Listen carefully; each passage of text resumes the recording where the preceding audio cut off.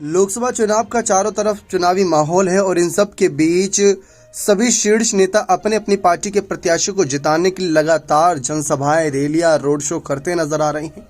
लेकिन इन सब के बीच उत्तर प्रदेश में लोकसभा चुनाव के दौरान बीते चुनावों के पुराने किस्से भी याद किए जा रहे हैं। लोकसभा सीटों के लिहाज से देश के सबसे बड़े राज्य में हर दिन कुछ रोचक किस्सा सामने आ रहा है।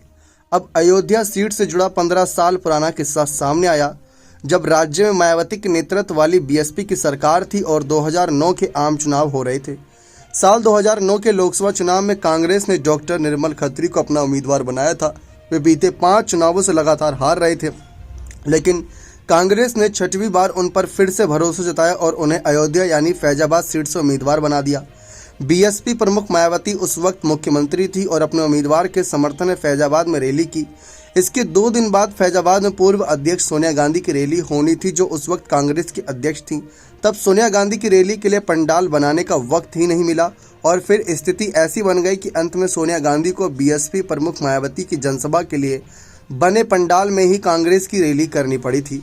इस रैली ने यहां बीते 5 चुनावों में हार झेल चुके डॉक्टर निर्मल खत्री की किस्मत को बदल दिया। हालांकि टिकट मिलने से पहले डॉक्टर खत्री चुनाव लड़ने के मूड में नहीं थे।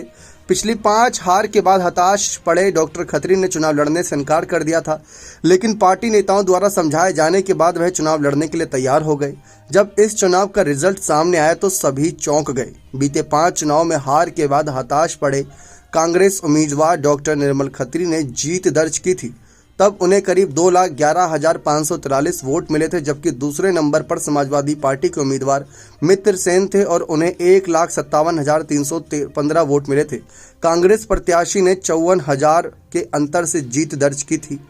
अब ये मायावती के पंडाल जो बना था उनके लिए पंडाल, क्या उसमें सोनिया गांधी की जनसभा का असर था या फिर कोई और बात थी? खैर, ये पुराने किस्से हैं और लोकसभा चुनाव के बीच काफ़ी वायरल हो रहे हैं।